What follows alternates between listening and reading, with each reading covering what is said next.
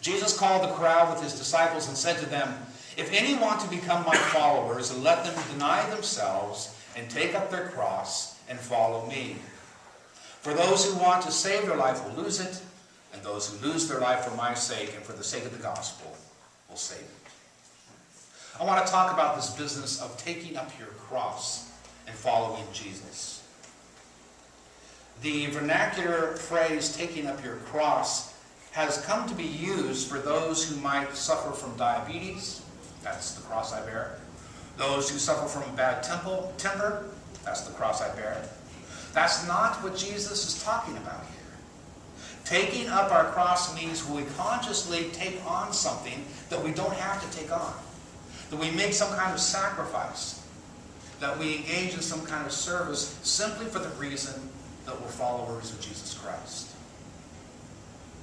Now, when I was growing up, I was very fond of the romantic idea of becoming a missionary. Getting rid of everything, going off to some foreign land to tell people about Jesus. And some people might be called to that kind of dramatic service, but the mission field is only one way of taking up your cross. There's lots of other ways we can do this. I want to talk about a particular service that we can offer as disciples of Christ. It's a ministry mentioned, and I've talked to you about this before, so it should be a familiar idea. It's a ministry mentioned in the letter of Paul to Philemon. In the letter, Paul is writing to a personal friend. Philemon is a friend of his. And most of the letter is about Paul sending Onesimus back to him. Onesimus probably was Philemon's servant, maybe Philemon's slave, we don't know for sure. And for some reason, he had been loaned to Paul to be part of that mission expedition that Paul was making. But now the time had come for Onesimus to return home. So that's what the letter's about. But in that letter, there's this line from Paul. "I have indeed received much joy and encouragement from your love," Paul writes to his friend. We all need encouragers in our lives. And we can serve as encouragers for others. Paul thanks Philemon for being an encourager to him in his ministry through the gift of Christian love. Now imagine how Philemon felt when he read those lines written in Paul's own hand. When we are encouraged, we're then able to pass on that encouragement to others. Encouragement is always a reciprocal relationship.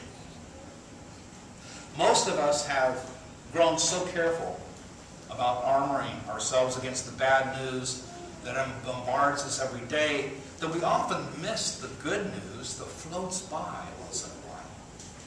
Next time a good word about someone passes you by, why not grab it and pass it on? Especially in this age of the internet. I don't know if you read comments on the articles on the internet, any website. It seems like the comments go south really fast, and people get ugly and rude and downright nasty. I think that, some people think that being anonymous, having a nickname on the internet means you're invisible. Trust me, folks, you are never invisible on the internet. When you say those ugly and rude things, folks can find out who you are, and it's really a reflection on your Christian faith. How about, instead, on the internet, when we do leave comments on an article, that we be an encourager, that we praise that person. We look for the good parts of that particular writing. Another form of encouragement is prayer. I have a friend that I call Crazy Mike. We went to seminary together. And Mike is now a bishop in Peru. He calls me once a year, usually. The last few calls, he's been trying to convince me to go to Peru. And I say, Mike, I don't speak Spanish and I don't do well in high altitudes. I don't want to go to Peru. But he's convinced I'm going to go to Peru with him. But anyway, he's called about once a year for 25 years. We used to argue, he wanted me to be more Pentecostal and I wanted him to be more Anglo-Catholic. And that was basically our argument.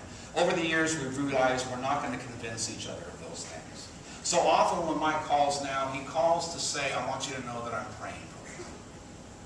Wow, what a wonderful thing to have that kind of word of encouragement from an old friend. even if he is a Pentecostal bishop in Peru. My crazy friend Mike.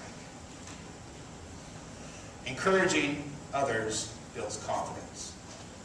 At the beginning of the space program, Wernher von Braun headed the Marshall Space Center. And no one really knew what the space program was going to become, but there were a lot of young people that would write letters.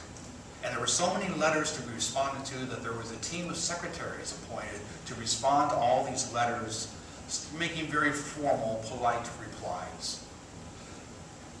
On one occasion, a college student wrote about the future of the space program, and the secretaries wrote a very cautious and formal reply, pointing out the risks, pointing out the boredom, pointing out the uncertainty of the program, and suggesting that maybe the student would be wiser to check out all the other possibilities for a career.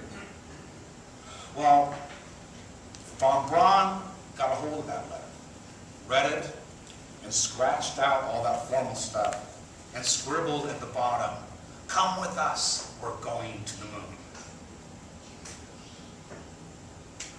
Who has taken up their cross and serves us here at St. Stephen's as an encourager?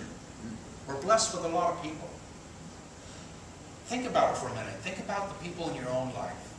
Who are the people who give you the courage to dream, the courage to persevere, the courage to go to the moon?